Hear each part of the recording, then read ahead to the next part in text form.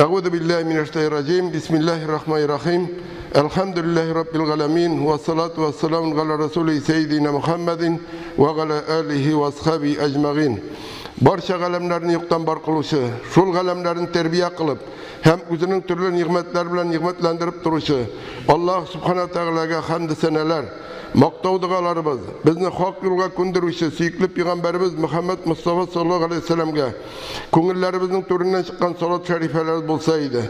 Barchalarimizga da Alloh subhanahu va taolaning salomlari, rahmatlari hamda barakatlari bo'lsa edi. Assalomu alaykum va rahmatullohi va barakatuh. Aziz din qardoshlarim, shahardoshlar, masjidimizni ulug'lab kelgan hurmatli qo'noqlar. Barıg'ızda Diniya nazorati shahar hokimiyati Oq Masjid madrasasi kollektivi isminden chin ko'ngildan ushbu ulug' bayramimiz Ramazon g'ayiti bilan tabriklayman. Bu bayramni biz oy bo'yi sabrlik bilan ro'za tutib zo'rg'ib kutib oldik. Shu ulug' ham bir hurmatli bayramimiz muborak bo'lsin. Shu kunning va'zi xutbasi birga jilib namoz o'quvimiz, imonlarimizning nig'una, oralarimizning yaqinayuuna, bir-birimizga bo'lgan muhabbatimizning ortuuna, Allohga yaqinayishimizga, onun suyukli qullari bo'lishimizga hamda ikki dunyoning da büyük darajalarına erishishimizga sabab bo'lsa edi.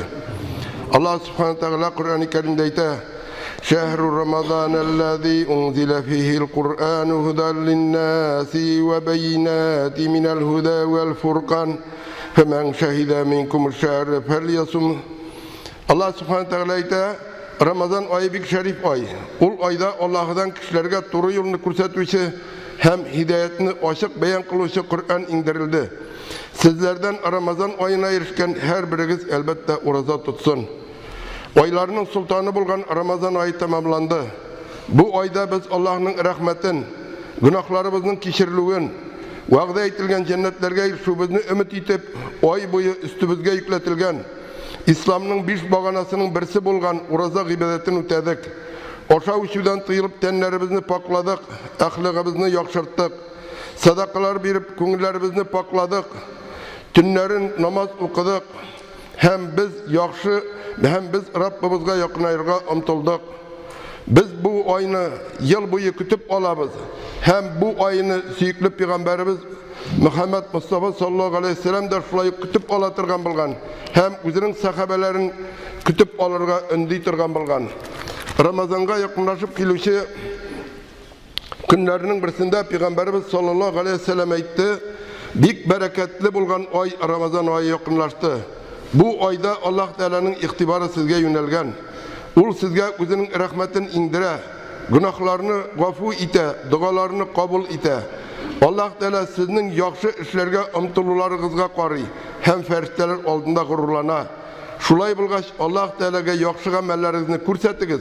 Şınlıkta kim bu ayga erişip de Allah Teala'nın merhametinden mahrum kala, ul kişi baxitsizdir." Şınlap da Ramazan ayında Müslümanlar gururlanırlık bulup üzgereler. Olar bu ayda tıyılgan rızıklardan, amellerden yine tugel. Hatta ruhsat itilgenlerden de tıyıla olganların ispat etip Allah Teala karşında üzlerinin takvalıklarını körseteler. Peygamberimiz sallallahu aleyhi ve sellem aytadi: "Adam balasının her ameli özü için, her izgilikke 10 savap, hatta 700'e kadar arttırılır." Allah Teala aytdı: "Orazadan başka, çünkü ol benim için, hem onun savabında özüm veririm. Yani 700'den de arttırıp mağnasında. Adam balası benim için rızkını kaldıra, işimligini kaldıra, hatını kaldıra. Hem oraza tutuşunun ağzından kilatırgan is Allah Teala karşında en yaxşı huşbu isinden de yaxşırak. Hem oraza tutuşuğa iki şatlık, birisi iftarda, yani ağız açkanda, ikincisi özünün Rabbisi bilen uçraşkanda." Hem indi bu hadiste Allah subhanahu wa ta'ala orazanı özü için gine dibati. Çünkü bunda riya kirmeyi. Biz indi kursat tuturgam ki maqtan tutmayacak kimdir maqtan tuturgam. Ama Allah Teala kabul etti hem özü bir ecir sevapların. Indi ay boyu Jeyge uzun günlerde devamında oraza attık. Allah Teala kabullardan kılsın. Kişilerin ağız açtık, birinci şatlıkka eriştik. 19 saat aşağı uçudan tıyılıp durup ağız açu elbette zor şatlık. Indi dehşetli kıymet günlerinde birge cennetlerge kirip ikinci şatlıkka Rabbimiz bilen uçuraşı şatlığına da erişirge nasip bulsaydı. Bu ayda kuturtup iri turgan şeytanlar buğavlana, eden balası için ferişteler dua kılalar, cennet yakına ya, yani uraza tuttu cingileytire. Hem biz bunun neticesini turmuşta açık görüyoruz. Uraza ne kadarına ağır kebek tuyulsa da küplerimiz İslam dinine birinci adımların Ramazan urazasını tutup başladılar. Küplerimiz başka gıybetlerin ötemeseler de Ramazan ayında urazalarını tutarga tırışalar. Nice diste yıllar turmuş, yaşa uğraştı, komünistik ideologiyaga izlengen buluğa koramastan, Allah'ın rahmeti bilen iman bizning ko'ngillerde saklanıp olgan. Küpler İslam düşüncesini anlamasalar da, fakat totar bulganlar için gine, ota babaları Müslüman bulgan için gine, özlerini Müslüman deyip sanıyorlar. Komünistik ideologiya bitip, dinge bulgan yonaşa karaş küplerinin ko'ngilinde kileşekke zor ümitler uyattı. Dinimiz qaytkaç turmuşta kimçilikler biter, gayleler nıklı, balalar terbiyeli bulur deyip uyladık. Ama biz uylagança bulmadı. Gayle, bala terbiyeli, uzara münasebetlerde, Müslümanlarda da Müslüman bulmaganlardan yakşı yakka özgeru bik gözetilmeyi. Dünyada da Müslüman illerinde kaynarlıktalar bulup durar. Sebebi nersedesin? Evet, İslam dini bütün halklar içinde bir. Ol özgermeyi. Hem anda bir kimçilik de yok. Allah Teala bizge Kur'an-ı Kerim'de aşık ittirip eyte. El-yevme ekmeltu lekum dinekum ve etmemtu galeykum ni'meti ve radiyitu lekumul İslam'a dine. Allah subhanahu teala eyte. Bugün dininizni kamil kıldım. Hem sizge özümün nimetimni tamam kıldım. Hem dininizin İslam dini buluğu bilen riza buldum. Bu ayetten kurganımızca İslam ul kamil, ul tamam. Onu Cebrail ferişte Peygamberimiz sallallahu aleyhi ve sellem'e sahabeleri bilen birge oturganda kilip irete. Ol bik puhta, şista kiyimde yaş yigit kıyafetindekiyle hem tizlerin Peygamberimiz sallallahu aleyhi ve sellem tizlerine tirep, kulların tizlerine koya Peygamberimiz sallallahu aleyhi ve sellem'e İslam, iman, ihsan hem kıymet turunda sorular bire, hem tiyişli cevaplar olgaç sen dürüst söyledin deyip onun sözlerini rastlay. Bu hadiste en birinci bulup iske alıngan narsa ul tışkı kıyafet. Peygamberimiz sallallahu aleyhi ve sellem siz kişiler arasında yüzdegi min kebek bulağız deyip tışkı kıyafette kurkemlik bilen ayrılıp durunu buyura. Biz küpmegine İslam dini onun kurkemliği turunda söylesek de eğer bizim tışkı kıyafetimiz kişilerini üzerine tarttırday, gelip iterday, kurkemlikке iyi bulmasa söylegen sözlerimizin tesiri biz az bulaşak. Ko'ngillerimizde iman ne kadar güçlü bulsa da biz onu kişilerge tiyişli revişte jitkire olmayacakmız.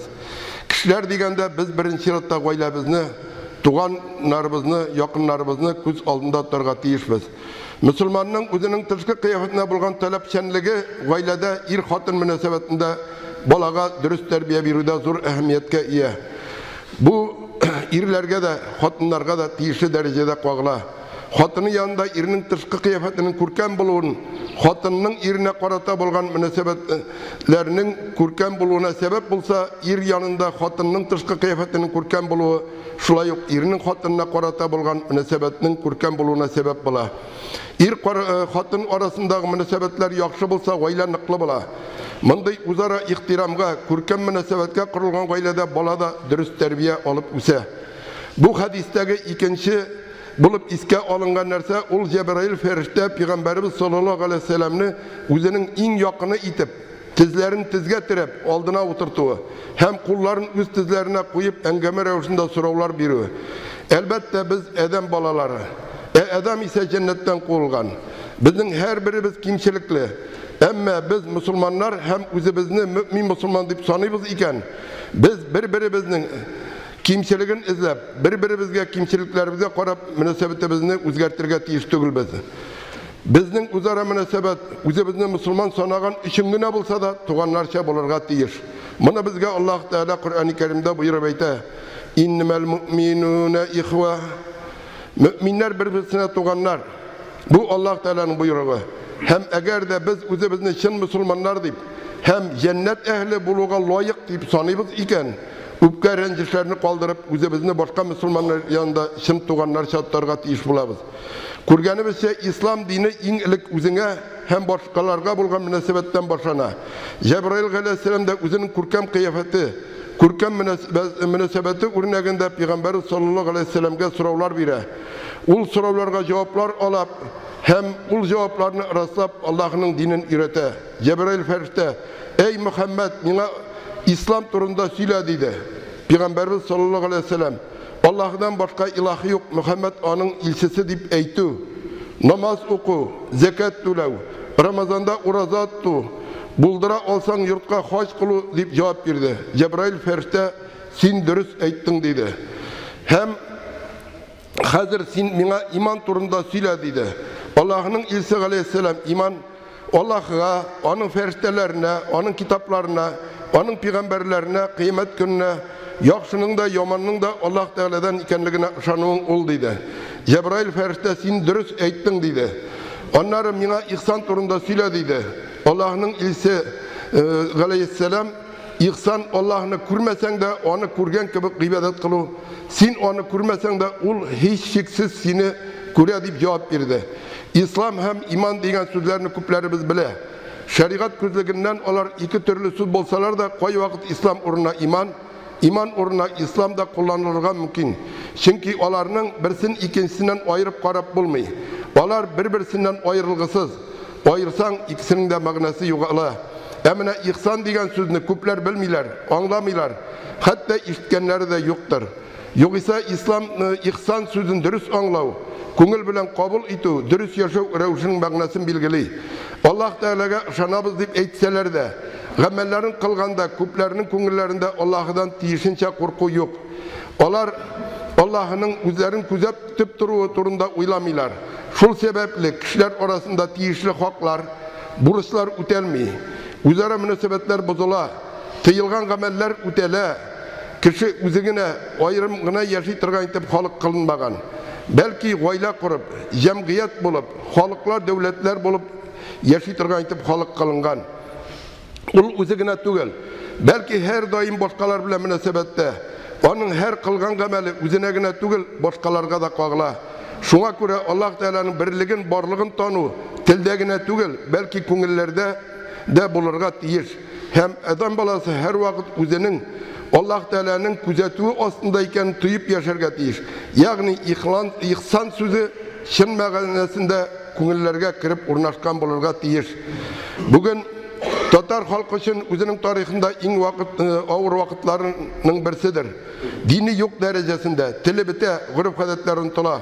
Бүген Россиядә халыкның гаилә курып яшәрдә өлешенең 40% гаилә курмаган буйдаклар. Курылган гаиләләрнең 92% тарала. Балалар тумый, туганнарының да бик азыгына сау сәламәт. Бит бу проблема мусулманнарга да кагыла. Гаилә ул халыкның күрсәткече. Гаиләдә ислам диненә карата дөрес караш булса, андый гаиләләр ныклы булалар. Анда балалар күп туа. Туганнар да дөрес тәрбия алып үсә һәм андый гаиләләрдән торган халыкның киләчәге якты һәм өметле була. Ислам динен алда әйтеп кителгән 5 багана белән генә чикләргә ярамый. Бу 5 багана кешелекнең яшәү рәвешен билгели торган, ислам дине дип атала торган зур бинаның фақат нигезе. Нигезсез бина була алмаган кебек, ислам динендә нигезсез була алмый. Бинаның үзенә килгәндә ул Аллаһ Тәгаләнең китабы, Коръәни Кәримгә һәм аның пәйгамбәре Мөхәммәд Мустафа саллаллаһу алейһи ва сәлләмнең сөннәтләренә нигезләнгән. Төрле тыелган, рөхсәт ителгән һәм буйрылган гамәлләрне һәм адәм баласы куллана торган барлык нәрсәләрне үз эченә ала торган шәригать. Аллаһ Тәгалә балчыктан атабыз адамны халык кыла. Аның кабыргасыннан анабыз Хаваны халык кыла. Алардан күп балалар, халыклар бар ите. Һәм ислам дине җир йөзендәге барлык халыкларга да яшәү рәвеше буларак килә. Адәм баласы кыямәт көнендә шушы шәригатьне үтәүе, үтәмәве, ягъни куллык вазифасын ничек башкару турында бәяләнәчәк. Без бүген карап китә торган хадистә Җәбраил фәрештә пәйгамбәрбез саллаллаһу алейһи ва сәлләмгә чираттагы соравын бирә. Хәзер миңа кыямәт турында сөйлә. Аллаһның илчесе саллаллаһу алейһи ва сәлләм ул турыда сораучыдан күбрәк белми дип әйтте. Җәбраил алейһиссәлам, алайса миңа аның галәмәтләрен сөйлә диде. Аллаһның илчесе саллаллаһу алейһи ва сәлләм кыямәт якынаюының галәмәтләре кол хатын үз хуҗабикәсен тудыруы, ялан аяк, ялангач, ярлы көтүчеләрнең бөек үй төзүдә бер-берсе белән ярышулар дип җавап бирде. Без Peygamberimiz sallallahu aleyhi ve sellem'nin bergen cevabının dürüstlüğünü turmuşta göremiz. Ota-onanın balaga münasebeti kulunun hujaga, patşaga münasebeti kebek. İş ireti bilmegen kişiler bugün yetekçiler bulup işliler. Kirek menge zor yurtlar solup üzere maqtanışalar. Onlar biz aptırıyız. Nişlep alar muhtazlarga yerdem etmiler. Milletinin kilecek turunda koygırtmılar deyip. Çünkü onların intellektlari üzere maqtanışı derecesindegine. Min olda vaylada İslamga dürüst qaraş bulsa deyip ettim. Çünkü İslamga qaraş türlüçe. Bizning xalqqa İslam dininin sahabeler alıp kile. Hem 922 yılda devlet dini bularak kabul ettiler. Şul vakittan beri bizning babalarımız İslam dinini tutkan. Bizning xalqning Özbek xon vaqtında dünya bilen idare etken zor ko'tarish kechirgan surlarda bulgan. Mongollar hem Yavuz Ivan basıp alıp tüvençilikке düşken surlarda bulgan. Emme dinin toşlamagan. İslam dini özünün grup adetleri, onun yaşav revuşine, grup adetleri bilen onun yaşav revuşine verilgen. Bugün bizge şitten türlü ağımlar, siktalar ütüp kirdiler. Babaylar dürüst tutmaganlar deyip dinini üzerine çoğunlata başladılar. Allah'ın zatını tikşirip onu sıfatlı başladılar.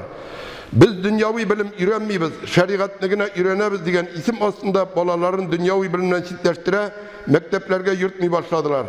Babalarımız vaktinde halkının dini bir bulgan, bulgelenmegenler, empirik kulasında bulgularına qaramasdan, üzlerini bilimli itip, üzlerini basıp algan halktan üstün itip koyabilgenler. Olar dini bilimli medreselerde alganlar, İslam illerinde kamilleştirgenler, dünyavi bilimli Avrupa'dan alganlar, mınısı yarı, mınısı yaramı deyip dolaşıp yatmaganlar. Bilim bit, şeriat bilimi bilen neşiklemi, onsı fakat farz gayin, yani her kişi uterget iş bulgan ölüşü. Dünyavi bilimde şulayık bizge mecbur itip yükletilgen, onısı farz kifaya. Yani cemiyetinin kiminde bir kişisi bulsa da, nindidir ülkede bilimge iyi bulunun mecburiliği. Dünyavi galimlerinin buluğu cemiyet üstündeki buruş. Kur'an oku diyen buyruğu bilen başlana. Allah Teala'yta İkra bismi rabbikellezî halak. Halakal insâne min galak. İkra ve rabbukel ekrem. Ellezî galleme bil kalem. Gallemel insâne mâ lem ya'lem.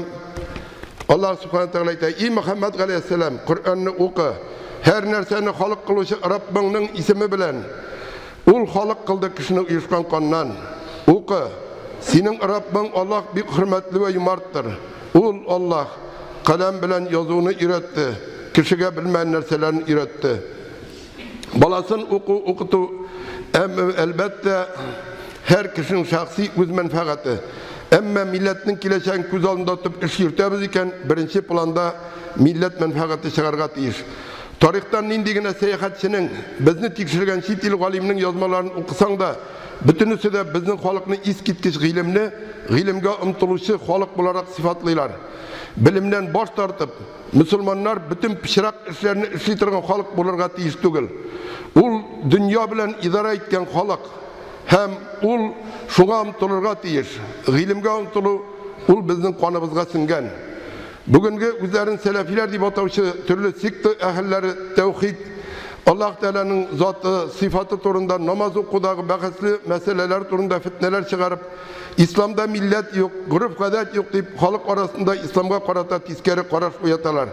Hatta yana ay kurungen şu Ramazan ayına kirmev turunda fitneler çıkaralar. Ebit bu meselenin hal itatırgan diniye nazaratı var. Kıyamet gününde ol cevap verecek. Cebrail ferişte Peygamberimiz sallallahu aleyhi ve sellem'e sorular bire hem cevaplarını rastlagaç kite. Ul kitkeş Peygamberimiz sallallahu aleyhi ve sellem özünün sahabelerine şimdilikte bu Cebrail sizni dinigizge üretirge kilgen deyip eyte. Cebrail ferişte dinde bulgan en ehemmiyetli nerseler negine iskala, en ehemmiyetli nerseler turundağına söylüyor. Soruy. Hem şularının birisi ihsan. Allah'ını kurmesen de onu kurgan gibi ibadet kılı. Sen onu kurmesen de hiç şiksiz seni küre. Şunlarga şangan kişi de Rabbisinin zatını tikşiru. Müslümanlar arasında fitne çıkarı kaygısı bulmaz idi. Belki ul cemiyetinin en yuvaş ahlaklı bu sınıfşan kişisi bulur idi. Bugün beyram. Ramazan ayı ayrım bir Müslüman için gene tugul, belki bütün Müslüman cemiyeti için Allah Teala'nın iskitkeş zor bulagi. Bu ayda her Müslüman mümkün kadar dünya meşakkatlerini kaldırıp, gamel gıybetine iktibarını arttırıp, turmuşun Kur'an-ı Kerim'e nigizlenip alıp barıga, hem şulaytırıp Rabbisine yakınayırga tırışa. Bu ayda Müslümanlar noçar gadetlerini toşlarga, hulukların üzere münasebetlerini yakşırtırga tırışalar. Bir-birsine bulaklar bir şeyler, muhtaçlarga, meşit medreselerge tişli sadakalar bireler. Hem onlar Allah Teala karşında şahsi borçlarına tugul, milletimizge kağılışı borçlarını da ötevge, cemiyetinin tınışlığın, gadilligin temin etüge de zor yerden kurseteler. Ramazan ayında sadakalar biri dinimizin bir ülüşün teşkil ete. Hem Ramazan ayı bilengine beyli bulgan koy bir sadakalar var. Mesela fitra sadakası bu yıl onun kulemi buday beyesi bilen 100 sum, hırma beyesi hem yüzüm beyesi bilen 600 sum, uzi hem sabi balaları için biri vacip. Fidye sadakası Ramazan urazalıkların tuta almaytırgan kişiler tarafından biriletirgan vacip sadaka. Bu yıl onun kulemi tutulmuş olan her gün için kime 200 sum. İslam dini bağınalarının birisi hem her Müslüman için farz bulgan zekat sadakasında Ramazan ayında biri yakşırak. Zekatının nisabı altın bilen 230 bin sum, kömüş bilen 20 bin sum teşkil ite. Şurşu hem şundan kübrek summaga iya bulgan kişi özünün bütün bulgan malının 40'tan bir ülüşün sadaka etip biri tiyiş. Bu sadakalar fakat Müslüman kişilerge gene birlerge tiyişler. Hem başkalarını kızık sürü maksatından kursetip de birlerge mümkünler. Şulay yok irikli sadakalarda var. Onların Müslüman bulmaganlarga da birge mümkün. İrikli sadakalarını kursetmişe biri yakşırak. Allah Teala tutkan urazalarımızını, ukan namazlarımızını, birgen sadakalarımızını kabullardan kılsın. Kimçilik hatalarını gafu kılsın. Köngüllerimizden indi izgi tileklerimiz, izgi uyniyetlerimiz olsa şularga erişirge, imanga yana kilüşçilerimizge, imanların kuvvetlerge, ilim istevçilerge hayırlı, faydalı ilimler alırga nasip eylesin. Balalarımızın izgi hayırlı balalar bulurlar nasip kılsın. Üzümüzge sabırlıkını, kurkem hulukunu, ihtiramını, kurkem muameleni yoldaş kılsın. Devlet başında duruşçularının, yetekçilerinin imanlarını kuvvetli kılıp, gadil idare etülerin, gadil hüküm etülerin nasip kılsın. İlk günlerimizin tınış, imin kılsın, meylemlerimiz mübarek kılsın. Barakallahu lana ve lekum fil Kur'an-ı Azim ve nefagana ve iyyakum bil ayati ve zikril hakim. İnnehu'l gafurur rahim, el cevedul kerim, el galiyul gazim, semi'ud du'a.